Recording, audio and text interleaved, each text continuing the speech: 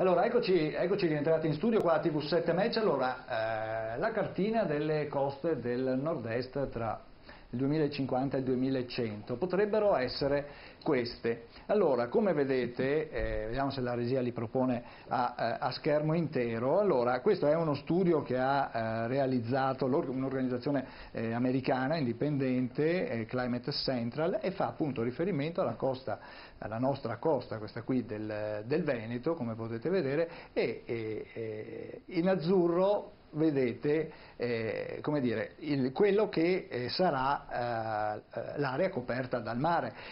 Allora, guardando lo schermo a sinistra, dove c'è l'arancione più scuro, è se non si fa nulla. Cioè, quindi se continuiamo a inquinare così come facciamo adesso, arriviamo praticamente che Rovigo potrebbe diventare un porto, così come San Donà di Piave. Viceversa, invece, nella parte dove il giallo è più chiaro, comunque c'è come dire, un innalzamento del mare, ma in misura leggermente minore. Comunque queste sono le tendenze che vengono prospettate in questi studi. C'è da dire che la zona del nord-est è una zona sicuramente come dire, svantaggiata rispetto ad altre, abbiamo le coste molto basse, però chiaramente qui vediamo che insomma, una buona parte sembra essere destinata ad andare a finire sott'acqua. Noi ovviamente ci auguriamo che questo non avvenga, ovviamente. Quello che colpisce, qui possiamo introdurre un altro argomento, quello che colpisce è che ovviamente anche Venezia è destinata a essere interessata dal fenomeno. Venezia che, come ormai sappiamo bene, abbiamo parlato per tanto tempo, sta vedendo, come dire, la nascita, o forse anche no, del Mose, no? Ecco, allora, Ingegner Vitella, sono 15 anni, no? E probabilmente sì. non si finirà neanche quest'anno, chiaramente. No, allora, su questo argomento bisogna dire due cose, sostanzialmente. Il primo è che di fronte a un'ipotesi di questo tipo c'è da fare qualcosa, perché se non si fa nulla non c'è Mose che tenga, non c'è nulla che tenga. Certo. Cioè, qui ci troviamo di fronte a una devastazione epocale delle nostre coste, quindi va fatto qualcosa. Quindi bisogna intervenire sulle scelte fondamentali. Quello che dice Al Gore sono parole sante, per quanto mi riguarda, io le condivido al 100%, e quindi va fatto qualcosa, non ci deve essere dubbio su questo aspetto. Per quanto riguarda poi gli effetti locali, qui invece entriamo in un discorso di cose fatte male, perché ammesso anche che riusciremo ad averlo quest'opera completa, ammesso che riusciremo ad averlo, ci sono dei segnali per cui questo non avvenga. Questa è un'opera che è irreversibile, è un'opera che non può essere adattata a quei cambi climatici che si prospettano, perché quest'opera doveva essere, secondo la legge speciale, reversibile, cioè rimovibile.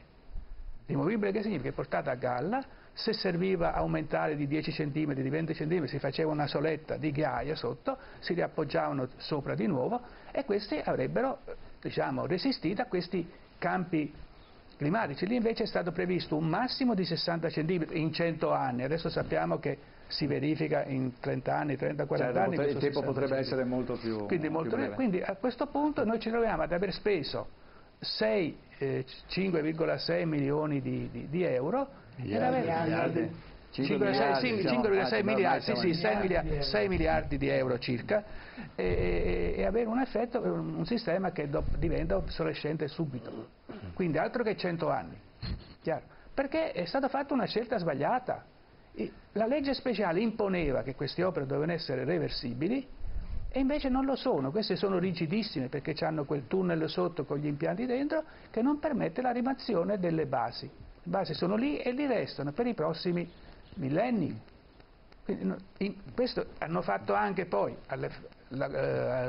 sulla laguna, hanno avuto un effetto devastante, perché dovendo realizzare questi fondi piatti per posizionare le basi, i cassoni delle paratoie, hanno sbangato anche le bocche. quindi hanno aumentato la sezione delle bocche, i raggi idraulici, quindi lo scambio mare-laguna è aumentato in maniera... Quindi lei dice che l'ecosistema è già L'ecosistema subito... lagunare, ma questo ce lo dice... È stato danneggiato dal Mose. E tra l'altro, ripeto, adesso si vogliono fare ancora altre opere e qui mi allaccio anche a cose che in questi momenti si stanno discutendo. C'è stato un Gumitattone in cui ancora si vogliono portare le navi da crociera dentro la laguna, che al di là dell'inquinamento atmosferico, no, hanno un effetto devastante sui fondali.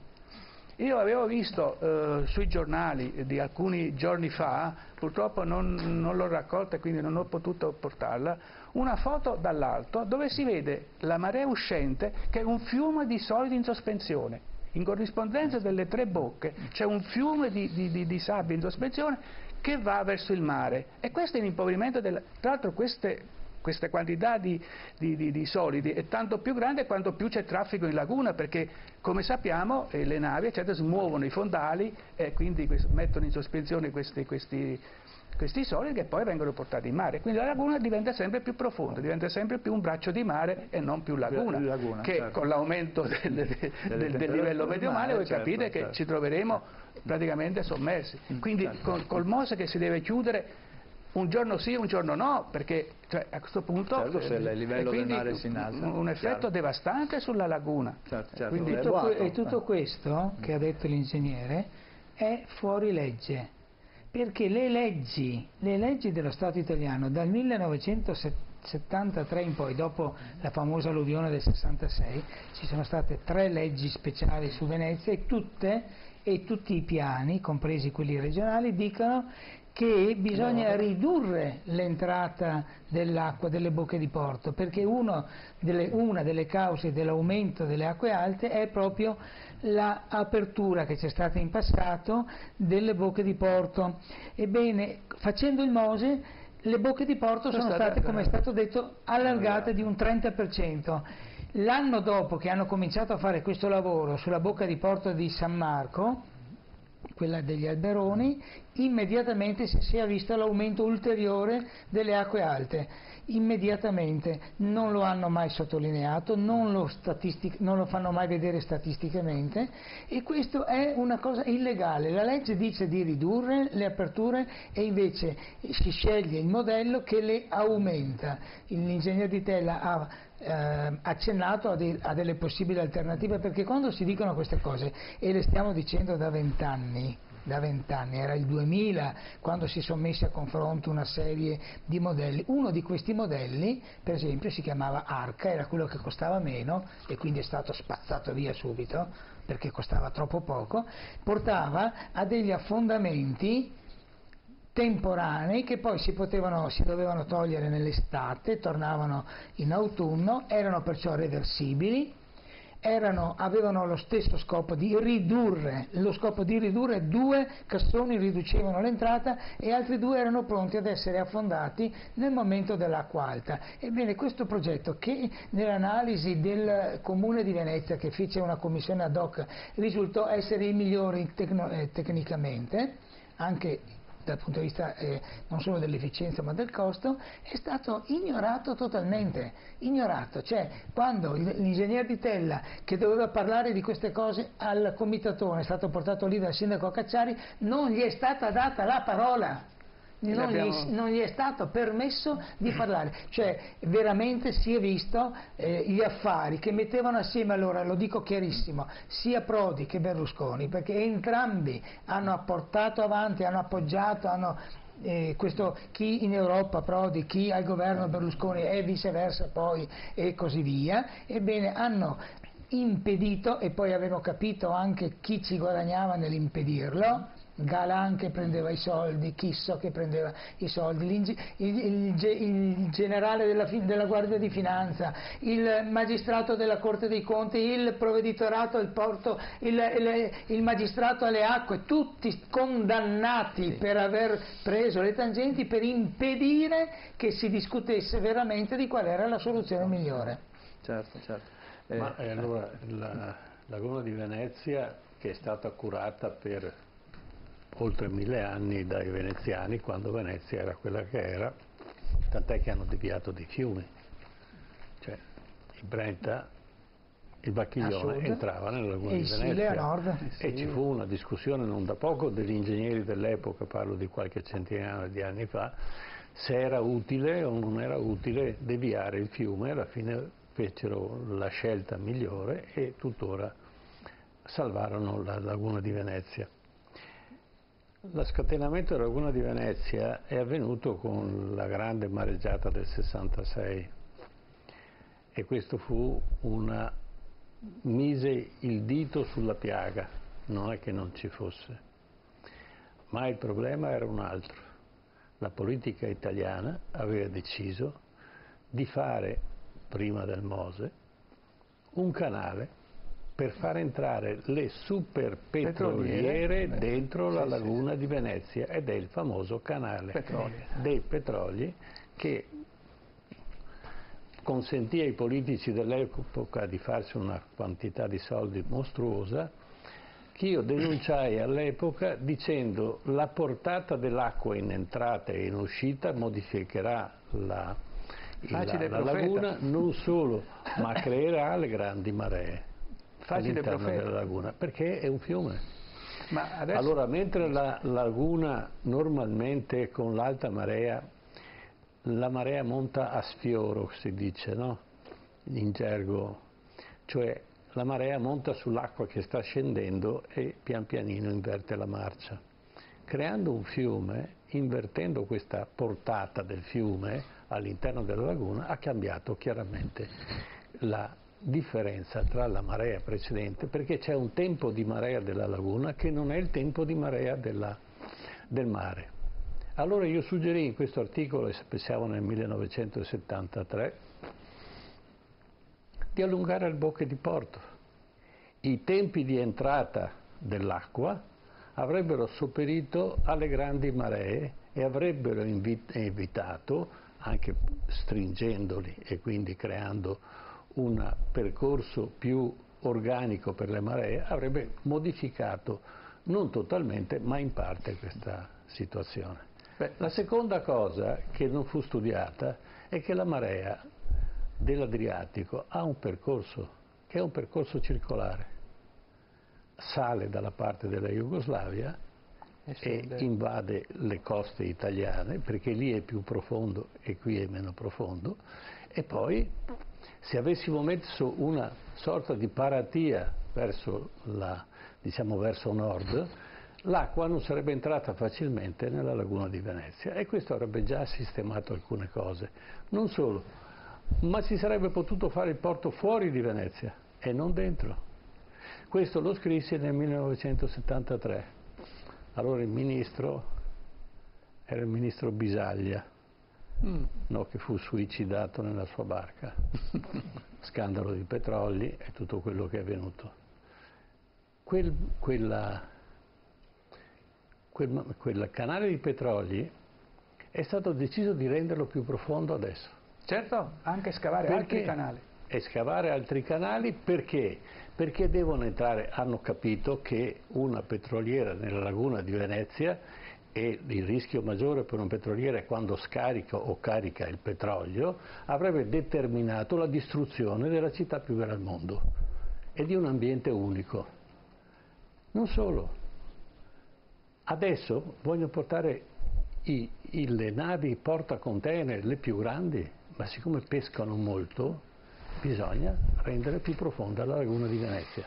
Allora io mi domando, i rappresentanti politici veramente ascoltano i loro elettori oppure ascoltano le multinazionali e i grandi, le grandi lobby? E a proposito del Mose, 6 miliardi di euro non sono sufficienti. Ci sono ancora da demolire tutti i cantieri e parliamo di migliaia di metri quadri di cemento, di metri cubi di cemento che sono serviti per preparare le paratie e tutto il resto e poi portarle in mezzo al mare. Quanto costerà? Si parla da 1 miliardo a 1,5 miliardi di euro per ripristinare la situazione precedente. E parliamo della laguna di Venezia che deve essere protetta. c'è qualcosa che non funziona. No. Ma quello che mi preoccupa di più non è quello che è stato fatto, perché ormai quello che è stato fatto non possiamo porre rimedio se non lagnarci a parole. Beh, intanto... Quello che non riusciamo a capire è che ci sono dei politici oggi che non si prendono questa responsabilità. Cioè, Venezia è stata danneggiata dal Mose. C'è qualcuno che vuol provvedere o dobbiamo inventare una figura, torniamo al Doge che aveva pieni poteri e poteva anche intervenire in maniera molto più massiccia. Cioè, Venezia non abbiamo risolto niente, ma come diceva l'ingegnere Di Tella, abbiamo peggiorato esponenzialmente la situazione.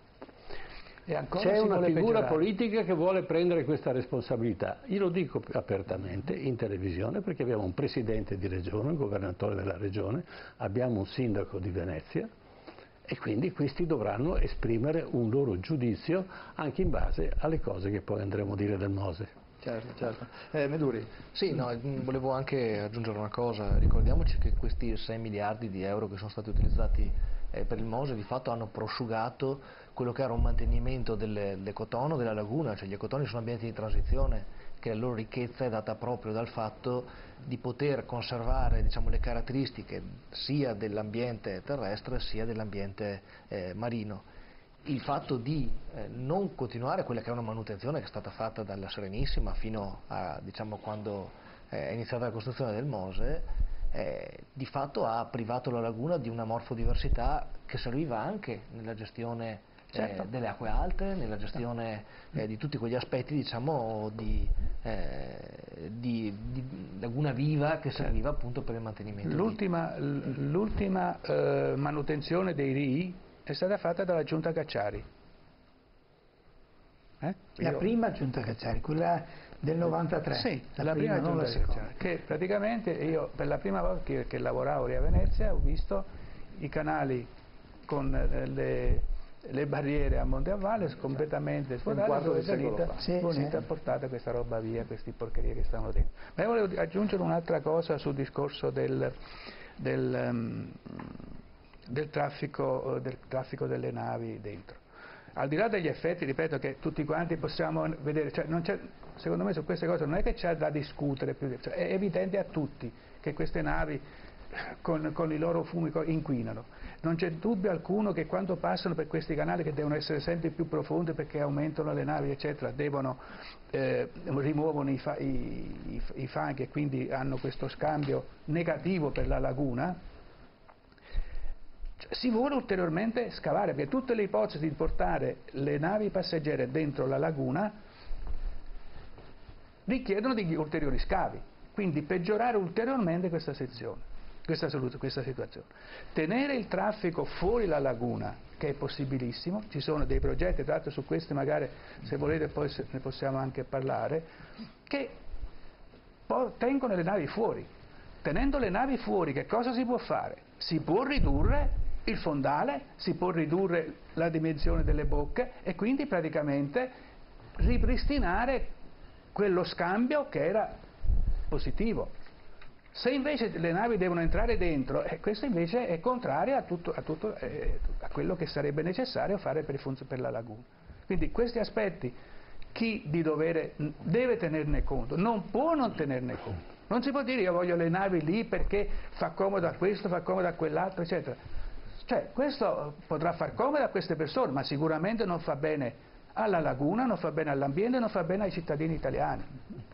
Padovano, vuole aggiungere qualcos'altro? Sì, su questo aspetto ho avuto modo di valutare l'impatto che aveva il trasporto navale sulla PM10, PM2,5 a livello globale, a livello italiano.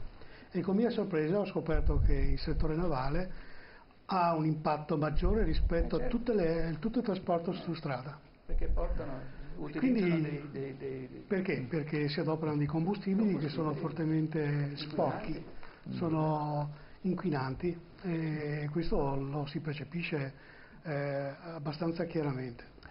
C'è una normativa che regola l'utilizzo di questi Sì, basta tenore di carburanti? zolfo, però non basta. Sì. Non basta. Non basta. Non è sufficiente. Posso dare un dato su questo, Sì. un dato che è clamoroso. E do il dato inferiore di un 3. Una grande nave da crociera inquina come quante automobili? 1000? 10.000? 100.000? 1 milione di automobili. È come se nel canale della Giudecca passasse un fiume di macchine, 100 macchine per 10.000 macchine. Qui siamo a Chioggia. Ma una cosa impressionante, 1 milione, attenzione, è il dato inferiore, perché una serie, potete andare su internet e vedete queste ricerche, una serie di ricerche dicono che se il combustibile usato è un po' peggiore, come spesso la Guardia di Finanza li ha beccati, sono stati anche pestati, ma solo 3, chissà quanti altri se erano, si arriva fino a 5 milioni di automobili, cioè una nave da crociera è un disastro ambientale. Sì, ma è un disastro anche per i crocieristi. Sì. Quello che non sanno, che pensano di andare in mezzo al mare, respirare aria pulita, ma invece purtroppo il ponte... non è così, perché quando vengono costruite queste navi non c'è neanche il sistema per depurare l'aria che esce fuori dai comignoli. Questo è il problema. Prego. Di fare però un appunto che forse è una domanda, che è prima ancora di valutare quale può essere, diciamo, l'impatto ambientale delle grandi navi, sia dal punto di vista della morfologia lagunare, sia dal punto di vista dell'inquinamento atmosferico. Ed è, ma Venezia ha bisogno del crocierismo a questi livelli o no? E lo dico da cittadino residente a Venezia, perché un conto è l'indotto economico e su quello possiamo stare a discutere. C'è chi è d'accordo e c'è chi non è d'accordo, ma è innegabile che l'impatto del turismo a Venezia sta comportando dei problemi dal punto di vista sociale molto importanti. Quindi forse, anche in considerazione di quelli che sono magari gli impatti ambientali conclamati sia dal punto di vista della morfologia sia dal punto di vista dell'inquinamento, bisognerebbe inserire questi aspetti qua all'interno di un piano sul turismo fatto come si deve, che tenga conto di tutti gli stakeholder, di tutte le parti interessate, per poter valutare quale è effettivamente il destino di Venezia, cioè se farlo diventare un albergo per i turisti o se poter mantenere un minimo di residenzialità e di cittadini in città lagunare. Sì, ma c'è un particolare. Allora, si pensa che sia un diritto di ciascun cittadino del mondo andare a Venezia, e questa è una buona idea, ma siccome Venezia è unica e Venezia sta crollando, allora non mai, e Venezia è un museo a cielo aperto, purtroppo, non è più una città come diceva lei, quindi bisognerebbe abitarla. Venezia è diventata quella che è perché era abitata, perché c'era gente orgogliosa, perché voleva la casa più bella, perché era una sfida avere il palazzo più bello uno di fronte all'altro sul Canal Grande, e questo è lo stimolo per cui Venezia è diventata quello che oggi noi vediamo ma non possiamo vivere perché era un altro ambiente. Ma quello che è la cosa più importante è perché vengono gratuitamente, perché Venezia ha bisogno, e questo, Venezia viene inquinata annualmente da circa quanti milioni di persone? Ci sono stime, sì. Oltre 30 milioni. Allora, facciamo pure che sia solo l'aria che respirano di CO2, le persone che camminano per Venezia quanta CO2 emettono, va bene? Diciamo che una nave da crociera tutto sommato se la cava. Sì. Non diciamo che poi vanno a prendere il caffè per far pipì, è che il costo medio per un turista di passaggio, che sono la maggior parte dei turisti veneziani, è prendersi un caffè, al massimo al Vaporetto, andare a Piazza San Marco, si fanno un selfie e poi se ne vanno. Questo vuol dire inquinare una città, non è giusto. Noi Venezia vogliamo conservarla, vogliamo migliorarla, non riusciamo nemmeno a conservarla, cioè ci sono state delle persone che hanno costruito una città in mezzo al fango, di quel livello là, e noi non riusciamo neanche a conservare quello che hanno costruito. C'è qualcosa che non funziona, ma bisogna spiegarlo ai bambini a scuola, bisogna che i veneziani abbiano dignità e non vadano a abitare a Mestre per affittare l'appartamento perché ci guadagnano qualcosa. La dignità di poter vivere a Venezia e la gioia di vivere a Venezia, e ci sono attività che si possono spostare a Venezia, non come ha fatto il conte Volpi di Misurata, che ha portato l'industria più inquinante del mondo, l'ha portata a Mestre. Ci sono delle industrie oggi che possono essere quelle della rete, che a Venezia o diciamo, le sedi delle grandi banche, le sedi delle grandi multinazionali, che lì possono acquisire dei posti e creare quell'economia che non inquina ma che porta reddito, perché Venezia per mantenerla è molto costosa.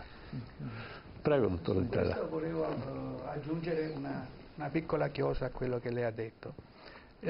Come lei sa, il mio passato lavorativo è stata la Tecnomare, una società voluta a Venezia dall'allora presidente, il compianto professor Puppi, e noi abbiamo dimostrato con i fatti che a Venezia ci poteva essere una società che ha gestito progetti da milioni di euro, milioni di ore di lavoro. Noi abbiamo fatto progetti per milioni di ore di lavoro stando a Venezia. La gente veniva a Venezia, certo. Le riunioni le facevamo a Venezia, e quelli che venivano non venivano a prendere il caffè, venivano, stavano negli alberghi, utilizzavano i ristoranti. Perché quindi, è un bel salotto, oltretutto. Perché è un bel salotto. Ecco, poi a un certo punto la società è sfuggita di mano, perché l'ENI ha deciso che doveva averne controllo, l'ha acquistata e l'ha spostata a Marghera, e praticamente ne ha fatto una direzione dell'ENI. Quindi la Tecnomare non esiste più. Quindi quella società, quella visione che aveva cercato di portare tecnologie, perché noi sviluppavamo tecnologie, noi facevamo progetti, noi lavoravamo per tutto il mondo con i nostri progetti. Cioè da Venezia voi fornivate tecnologia a tutto il mondo. In tutto il mondo, in Brasile, nel Mare del Nord, in Egitto, cioè in tutto il mondo. Africa, eccetera, eccetera. Io a questo punto non c'è più. Il palazzo che avevamo comprato con i soldi guadagnati con i nostri progetti è stato venduto dall'ENI. Noi l'avevamo comprato, modificato, aggiornato, tutto con le leggi, con i mattoni fatti a mano, presi in una cava specifica perché non potevamo cambiare.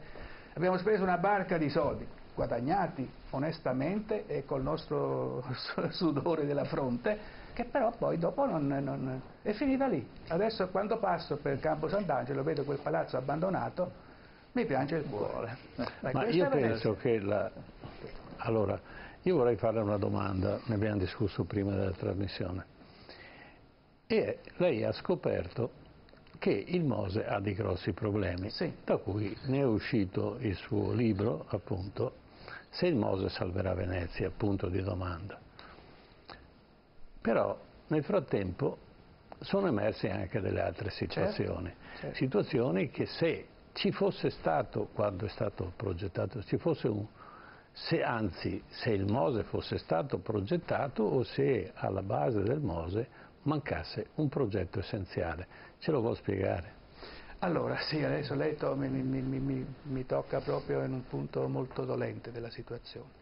È chiaro che quel progetto è stato sviluppato in un contesto, diciamo... Il progetto del Mose. Il progetto del Mose.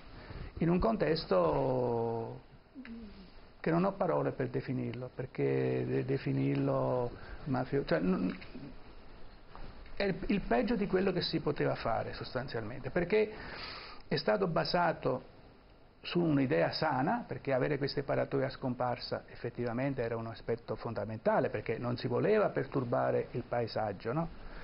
Però le paratoie non andavano fatte così, e noi l'abbiamo dimostrato con i fatti, cioè non a chiacchiere. Noi abbiamo presentato un progetto alternativo al Comune di Venezia, dove praticamente cambiando la posizione delle paratoie, facendoli in un modo diverso, quindi utilizzando il peso della paratoia e non la spinta, era un sistema che non aveva bisogno di sistemi di controllo, poteva essere reversibile perché le paratoie erano montate su pondoni affondabili, quindi avrebbe avuto dei vantaggi enormi, oltre ai costi. Il nostro costava un quinto, sarebbe costato un quinto del Mose. Sì, ma parliamo invece di questo questo progetto quindi è stato affidato a delle persone che non avevano le competenze nelle tecnologie marine.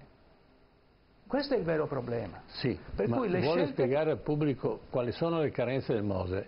Allora, le carenze del Mose sono sostanzialmente diverse. Comunque, la prima fondamentale è che non sono reversibili e per legge dovevano essere Reversibili per il pubblico che non capisce? Sollevabili, riportarli in galleggiamento, portarli in cantiere e fare la manutenzione. Quindi se una paratia si rovina, ha bisogno di manutenzione, non si può togliere? No, adesso si può togliere, ma bisogna andare con un check-up, fare tutte delle operazioni. Il nostro invece la base no, non si può la base non si può No, togliere. la base no, ed è già... Quindi tutte le strutture in cemento armato non si possono togliere. Quindi questo è un primo difetto proprio fondamentale di impostazione. E se c'è un logorio sulle paratie, le piattaforme in cemento, non si ripara più? No, tant'è vero che quando una è scoppiata durante lo zavoramento, una paratoia di queste, un cassone è scoppiato, hanno dovuto costruire un impianto iperbarico per andare sotto, fare un intervento che è costato diverse decine di milioni di euro, per cercare di tamponare. Poi che cosa hanno riparato. Quindi non è dato sapere, perché quei basamenti dovevano essere fatti anche quelli in ferro, in acciaio? No, potevano essere fatti in cemento armato in maniera diversa, cioè nel senso che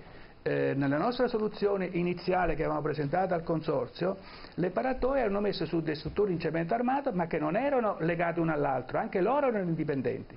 Quindi volendo quindi asportabili, sistemabili e poi ricollocabili sul posto. Quindi questa è stata la nostra prima risposta, la prima proposta fatta al Consorzio Venezia Nuova.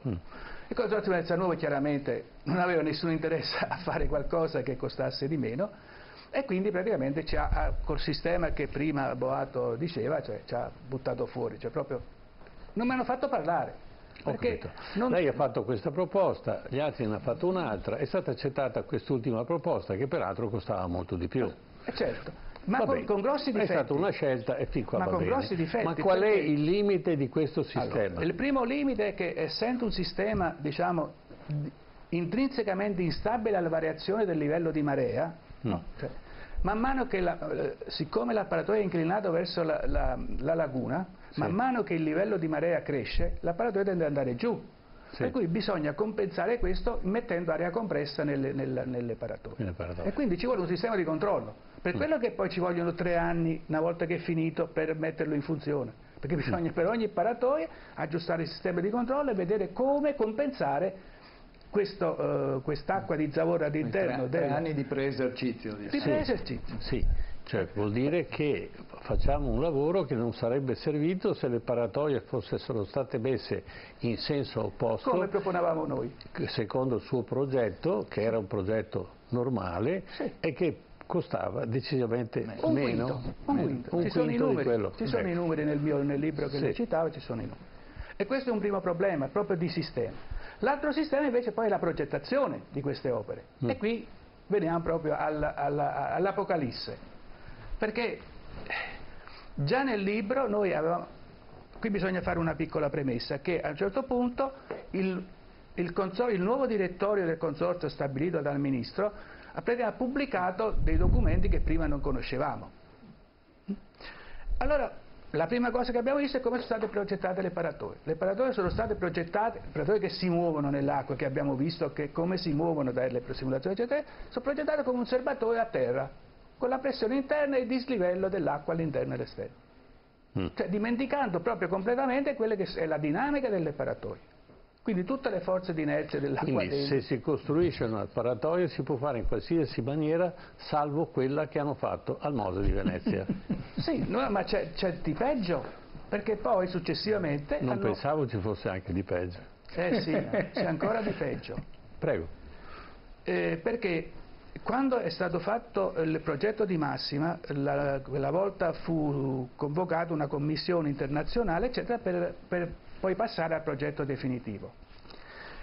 Quella commissione disse che le paratoie avevano questa instabilità dinamica, perché è insita proprio per come funziona la paratoia da quell'altro lì, e che quindi le prove sul modello non andavano bene, non bastavano, bisognava fare dei calcoli con i modelli matematici. Tanto è vero che la giunta Cacciari fece fare poi questo confronto alla società francese, che mise a confronto la paratoia che avevamo proposto noi e la paratoia Mose. Come lei sa, come nel libro è ampiamente documentato, la nostra funzione e quella non funziona. Ho capito. Okay? Quindi? Ma c'è di più, perché poi loro non hanno fatto questi calcoli con i modelli matematici, perché tutto il progetto è basato sulle prove sul modello. che hanno fatto a Volta Barozzo. Sì, però dobbiamo parlare ai nostri telespettatori che fanno fatica a seguirci, alcuni perlomeno. Cioè, il modello matematico, se io ho le formule per poter simulare matematicamente coi numeri il movimento delle paratie. Reale, il movimento delle paratie reale. Il modello invece su una vasca, invece presumo di simulare il movimento dell'acqua e delle paratie in modo tale che ho la certezza che il mio progetto funziona. Sì, se le prove sono fatte bene. Sì, ecco, qui nasce l'altro problema che abbiamo scoperto recentemente, esatto, e questo è una novità per tutti.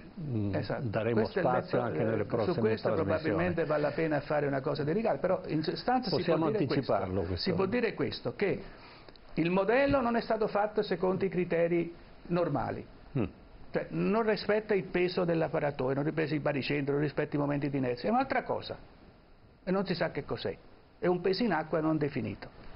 Le vasche sono piccole, talmente piccole per cui l'onda che arriva sull'apparatoia poi viene riflessa sia dalla parte del generatore d'onda che dalla parte della spiaggia, per cui sull'apparatoia non si sa che cosa agisce e sicuramente non agisce l'onda di progetto. Cioè, nella simulazione sono state utilizzate, io riassumo sempre per i telespettatori, sono state utilizzate delle vasche non adatte. Esatto. Hanno simulato una vasca che è troppo corta. Sì, e quindi cosa succede? Quando io provoco artificialmente l'onda, questa non arriva sull'apparatoia, l'apparatoia si muove, la spinge indietro, ma siccome dietro il generatore dell'onda io ho una parete fissa, creo una seconda onda, esatto, e quindi non riesco a simulare la realtà. Questo è il problema. Quindi, di fronte alle obiezioni, funzioneranno le paratie a Venezia? È stata fatta un'analisi, peraltro qui a Padova, a Volta Barozzo, dove c'è una simulazione della laguna di Venezia, ed è stato hanno detto abbiamo provato, funziona, invece non può funzionare perché la prova che è stata applicata non è adeguata al reale fenomeno che dovrebbe succedere in caso di onde che vengono provocate nell'ambiente marino. Quindi noi ad oggi non sappiamo queste paratoi in un sistema ondose di un certo valore come si muovono. E per fare queste prove su quanti soldi sono stati spesi? Ah, non lo so, ma parecchie centinaia di parliamo di milioni. Sì, di milioni di euro. Se non milioni di euro per fare una prova che non può dimostrare assolutamente nulla. Assolutamente. Quindi abbiamo fatto l'ennesimo buco nell'acqua. Sì. Bene. Cioè soldi buttati proprio via. Allora, per spiegare al pubblico che cos'è una paratia e perché era necessario fare questa prova, nasce dal fatto che la paratia, quando viene colpita da un'onda che viene dal mare, ha un'oscillazione verso il basso e poi torna nella posizione precedente. Questo è una sorta di altalena, no? Quello quando prendiamo un bambino, lo sediamo sull'altalena, poi lo spingiamo, poi la spinta basta anche che sia minima e il bambino incomincia a prendere l'inerzia. Questo avviene anche con le paratie, quindi non occorre che le onde siano potenti. Se vanno in risonanza con la paratia, succede che alla fine la somma di piccole spinte determina l'abbassamento della paratia al punto tale che batte sul fondo, si scardinano